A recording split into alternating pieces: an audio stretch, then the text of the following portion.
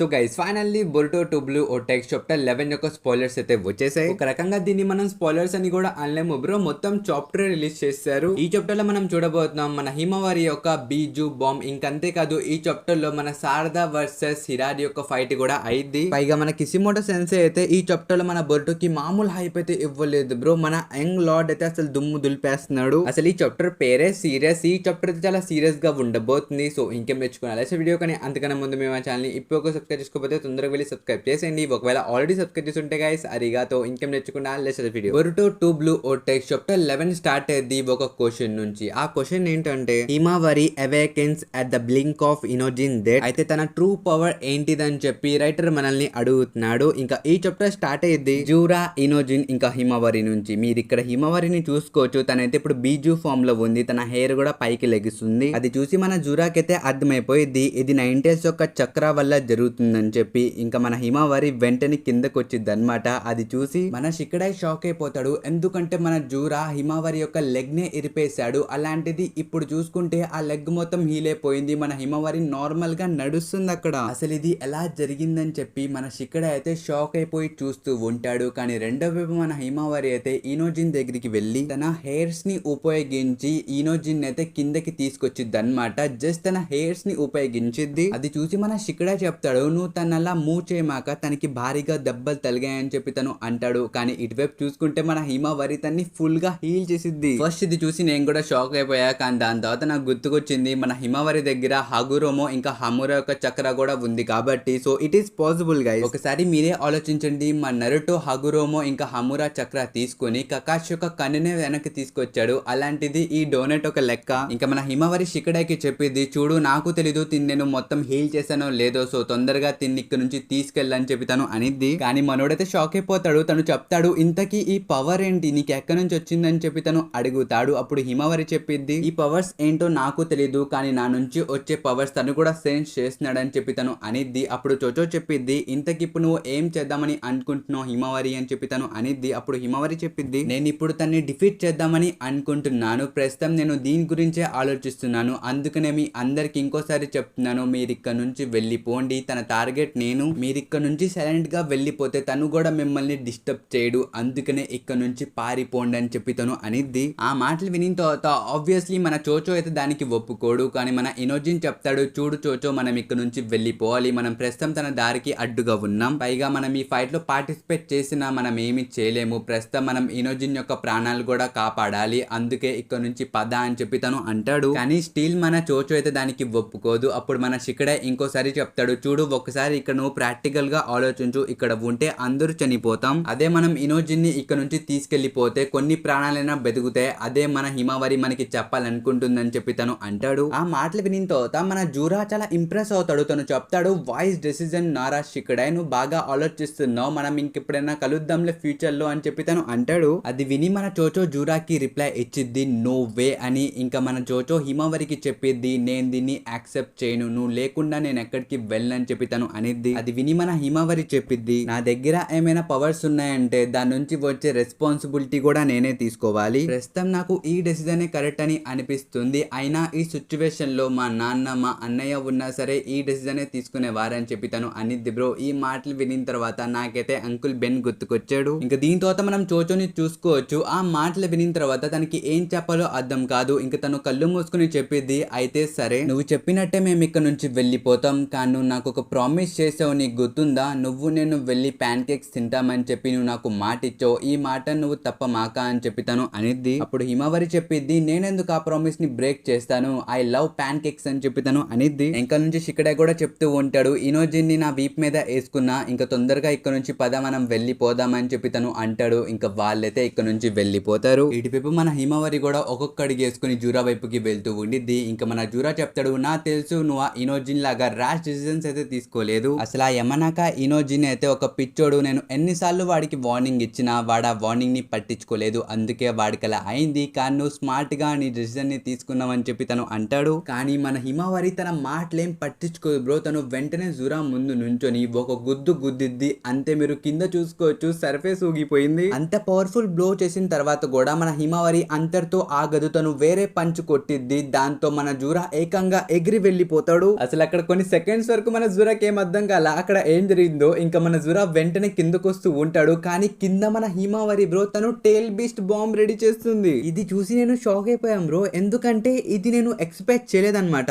ఎందుకంటే మన హిమావరి ఇప్పటి వరకు రసింగ్ అనే ప్రాక్టీస్ చేయలేదు, అలాంటిది ఫస్ట్ టైం ఒక బీజు బాంబే చేస్తుంది. కానీ ఒక రకంగా మన హిమావరికి ఇది కామనే, ఎందుకంటే మన కురామానే హిమావరి యొక్క పార్ట్ కాబట్టి ఒక బీజుకి ఇలాంటివి నేర్చుకోవాల్సిన పని ఉండదు బ్రో, వాటికి ఇవి న్యాచురల్ గానే వచ్చేస్తాయి. సేమ్ ఇదే థీరీ మన జురా మీద కూడా అప్లై అయ్యిద్ది, ఎందుకంటే తను కూడా ఒక టైల్ బీస్ట్ కాబట్టి. చూసుకోండి బ్రో, తను కూడా ఫస్ట్ టైం అయినా అంత స్పీడ్ గా చేసేస్తున్నాడు. అసలు వీళ్ళిద్దరు టైల్ బీస్ట్ బాంబులు పైకి వెళ్ళిన తర్వాత ఒక పెద్ద బ్లాస్ట్ అయితే అయ్యిద్ది. ఆ బ్లాస్ట్ ని పారిపోతున్న మన ఇనోజిన్ షికడే వాళ్ళు కూడా చూస్తారు. దీని తర్వాత సీన్ షిఫ్ట్ చేసి మన హిమావరిని చూపిస్తారు బ్రో. అంత పెద్ద బ్లాస్ట్ చేసిన తర్వాత అక్కడ నేల చూడండి ఎలా అయిపోయిందో, కానీ మన హిమావరి స్టిల్ అక్కడ నుంచునే ఉంది. అది చూసి మన జురా చెప్తాడు, నాకు తెలుసు ఇలా ముందే జరిగిద్దని చెప్పి, నేను నిన్ను తక్కువ అంచనా వేయలేదు, ఇది ఎలాంటి పవరో నాకు తెలుసు, కానీ నువ్వు ఇంత తొందరగా అలాంటి ఒక బీజు బాంబ్ ని హ్యాండిల్ చేయగలవని ఇది నేను ఊహించలేకపోయా అని చెప్పి తను అంటాడు. కానీ మన హిమావరి వెంటనే వెనకాలకి వెళ్ళిద్ది, ఎందుకంటే తనకు తెలుసు జూరా తన మీద అటాక్ చేయబోతున్నాడు అని చెప్పి. మన హిమావరి అనుకున్నట్టే మన జూరా వెంటనే వచ్చి హిమావరి తల మీద అటాక్ చేస్తాడు. దాంతో మన హిమావరి కొంచెం ఎంకాలికి వెళ్ళిద్ది, కానీ మన జూరా వెంటనే హిమావరి ఎంకాలికి వచ్చేస్తాడు. తన మీద ఒక పవర్ఫుల్ అటాక్ చేస్తాడు అన్నమాట. దాంతో మన హిమావరి కింద పడిపోయింది బ్రో, తన నోట్ల నుంచి బ్లడ్ కూడా వచ్చింది.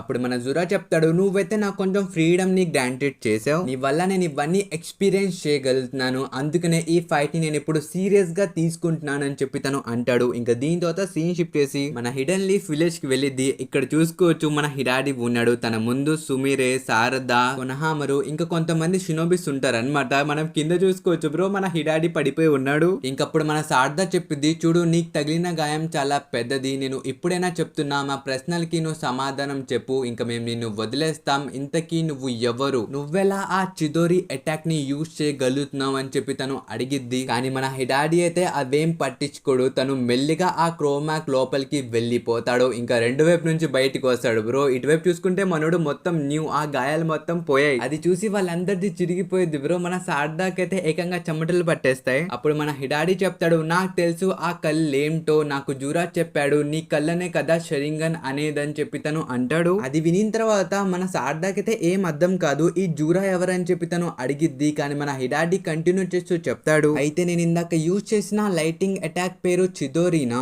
ఈ అటాక్ పేరైతే బానే ఉంది, కానీ ఈ అటాక్ ని బాగా యూజ్ చేయాలంటే నాకు నీలాంటి కళ్ళు కావాలి కదా అని చెప్పి తను అంటాడు బ్రో. ఆ మాటలు వినిన తర్వాత మన శారదా అయితే భయపడిపోయింది. ఇంకా కొనహామరు చెప్తాడు, అసలు నీకు ఆ ఉచియా సాస్కెకి సంబంధం ఏంటి, అసలు నువ్వు ఎవరని చెప్పి తను అడుగుతాడు. దానికి రిప్లై ఇస్తూ మన హిరాడి చెప్తాడు, అసలు వాడెవడు, వాడి గురించి నాకేం తెలీదు, అసలు నేను ఇందాక నుంచి చూస్తున్నాను, నేను వచ్చినప్పటి నుంచి నాకు ఇలాంటి ఇరిటేటింగ్ క్వశ్చన్స్ అడుగుతున్నారు, అసలు మీ ప్రాబ్లం ఏంటి, నేను ఎవరో మీరు తెలుసుకోవాలనుకుంటున్నారా, నేను కూడా వాటి ఆన్సర్స్ కోసమే వెతుకుతున్నాను, ఇవి కనుక్కుందామని నేను హిడెన్ లీఫ్ విలేజ్ కి వచ్చానని చెప్పి తను అంటాడు. తన మాటలు వినిన తర్వాత మన క్లాస్ ర్యాప్ అయితే చిరిగిపోయింది, తను అయితే షాక్ అయిపోయింది. అసలు తను గట్టిగా వచ్చి కొనహామరుకి చెప్పిద్ది అనమాట, అసలు వీడైతే శారదాని టార్గెట్ చేస్తున్నాడు, నువ్వు వెంటనే శారదాని ప్రొటెక్ట్ చేయని చెప్పి తను అనిద్ది. అసలు తను అలా చెప్పిందో లేదో మన హిడాడి వెంటనే ఒక చిదోరి వదులుతాడు అనమాట. ఇక్కడ మీరు చూసుకోవచ్చు మన శారదా ఎంకల ఒక క్లా మార్క్ అయితే ఉంది. మన హిడాడి తన జేబులో చేపెట్టుకున్నాడు, కానీ ఈ చెయ్యి అయితే మన శారదా ఎంకల ఉన్న క్లోర్ మార్క్ నుంచి బయటకు వచ్చింది. ఇంకలా చిదోరి పడింది అనమాట మన శారదాకి. అది చూసి కొనహామరు ఇంకా వాళ్ళ సినోబీస్ అయితే వెంటనే హిడాడి మీద డాట్ చేయడానికి వెళ్ళాడు. కానీ మన హిడాడి వాళ్ళనైతే బార్బిక్యూ చేస్తాడు బ్రో, వెంటనే కాల్ చేశాడు. అసలు ఆ ఫైర్ స్టైల్ అయితే చాలా క్రేజీగా ఉంది బ్రో, ఆ మనిషి మొత్తం కాలిపోయిండు. అది చూసి మన కొనహామరు హిడాడి ఎంకాల్ నుంచి రసింగన్ తో అటాక్ చేశాడు. కానీ మన హిడాడి అక్కడ నుంచి తప్పించుకొని కొనహామరు ఎంకాల్కే వచ్చేస్తాడు. ఇంకా వెంటనే తన మీద ఒక చిదోరి అటాక్ చేస్తాడు. కానీ మన కొనహామరు ఎంకాల్ తిరిగి వోర్టెస్ బ్యారియర్ ని క్రియేట్ చేస్తాడు బ్రో. ఇది ఒక కొత్త విన్ స్టైల్ టెక్నిక్, దాని వల్ల ఆ అటాక్ ని అయితే మన కొనహామరు బ్లాక్ చేస్తాడు. కానీ దాని యొక్క ఇంపాక్ట్ తో మనోడు ఎక్కడికో వెళ్ళి పడతాడు. ఇంకా రెండో వైపు మన సుమిరి అయితే శారదాని కాపాడడానికి వెళ్ళింది. అసలు తను ఎందుకు వెళ్ళింది, అందుకనే మన హిడాడి తనకు కూడా ఒక చిదోరి వేసి కొడతాడు. ఆ దెబ్బతో మన సుమిరే అయితే కళ్ళు తిరిగి పడిపోయిద్ది బ్రో. ఇంకా మన శారదా కూడా పక్కనే ఉంటుంది, తను కూడా పారిపోదాం అనుకునిద్ది, కానీ తన బాడీ అయితే కోఆపరేట్ చేయదన్నమాట, తన కాళ్ళు పట్టేసాయి అక్కడ. దీని తర్వాత సీన్ షిఫ్ట్ చేసి మన హిమావరిని చూపిస్తారు బ్రో. అక్కడ మన జూరా అయితే చాలా దారుణంగా కొడుతున్నాడు మన హిమావరిని. కానీ ఇక్కడ మన జూరా అయితే ఏదో అటాక్ చేశాడు బ్రో, అది ఏ అటాక్ మనకి ఇక్కడ చెప్పలేదు, కానీ ఇక్కడ మనకు కనిపిస్తుంది ప్యానల్ లో ఏదో అటాక్ చేసినట్టే ఉంది. పైగా మన హిమావరికి కాంప్లిమెంట్స్ ఇస్తాడు బ్రో, నీ రీజనరేషన్ ఎబిలిటీ అయితే చాలా బాగుంది, అది బాగా పనిచేసిందని చెప్పి తను అంటూ ఉంటాడు. ఇక్కడ కురామా కూడా చెప్తాడు,